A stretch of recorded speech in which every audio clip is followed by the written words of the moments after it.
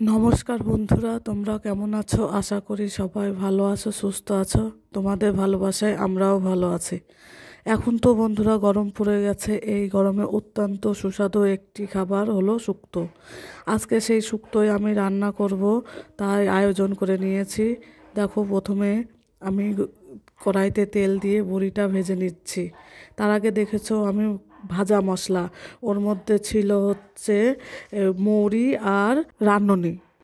এই গরমে আমার তো শুক্তো খেতে ভালোই লাগে, তোমাদের কেমন লাগে জানিয়ে দিও। দেখো, এদিকে আমি বড়িটা ভাজা হয়ে গেলে বেগুনটা ভেজে নেব। বেগুনটা একটু লাল লাল করে ভেজে নিয়ে তুলে নেব। রেসিপিটি লাস্ট পর্যন্ত দেখার অনুরোধ রইল।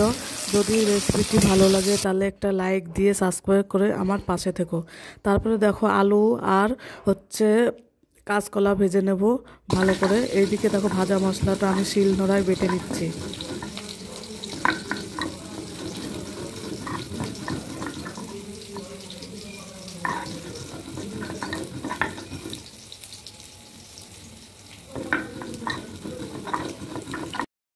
দেখো, তেলের মধ্যে দিয়ে দিচ্ছি আমি সজনে ডাঁটা। আমি তো সজনে ডাঁটা প্রতিদিন আলুর সঙ্গে ভাজি। আজকে আমি আলাদা করে ভেজে নিচ্ছি। কিন্তু এই আলাদা করে ভাজার দরুন আমার ডাঁটাগুলো এত সুন্দর গলেছিল, খুবই সুন্দর গলে গেছিলো।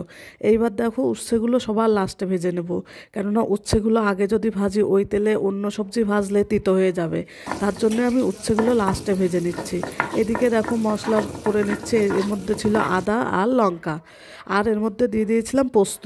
এই তিনটে জিনিস একবারে বেটে নিয়ে আমি মশলাটা কষে নেব। এদিকে সব সবজি ভাজা দেখো থালার মধ্যে তুলে নিয়েছি।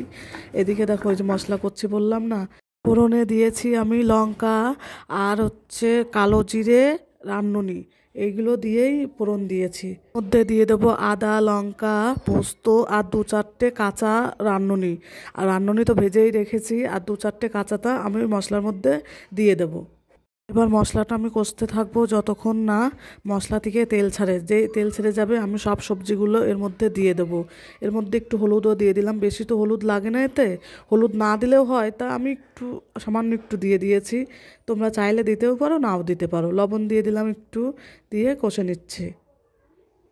এবার এর মধ্যে দিয়ে দেবো সব ভাজা সবজিগুলো একটু নেড়ে চেড়ে আমি জল দিয়ে দেবো।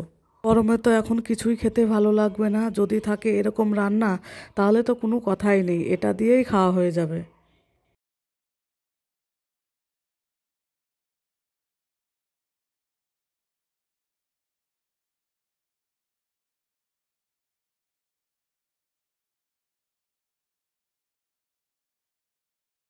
এবার এর মধ্যে দিয়ে দেবো আমি জল দিয়ে একটু নাড়াচাড়া করে নিচ্ছি।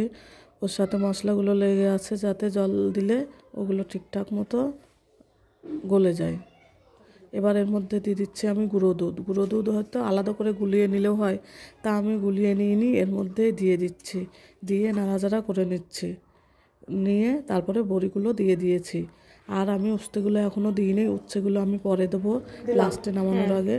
আমার শুক্তোটা প্রায় হয়ে এসেছে, সব কিছুই দেওয়া হয়ে গেছে। এখন দেবো এর মধ্যে আমি সর্ষে বাটাটা ছেঁকে দিচ্ছি। তোমরা চাইলে ওরকমও দিতে পারো, আমি ছেঁকে দিয়েছি। আর মিষ্টি দেবো একটু, আর ভাজা মশলাটা দিয়ে আমি শুক্তোটা নামিয়ে নেবো। আমার শুক্তোটা পুরো রেডি হয়ে গেছে। কেমন লাগলো বলো একটু। দেখা হচ্ছে পরের ভিডিওতে। টাটা।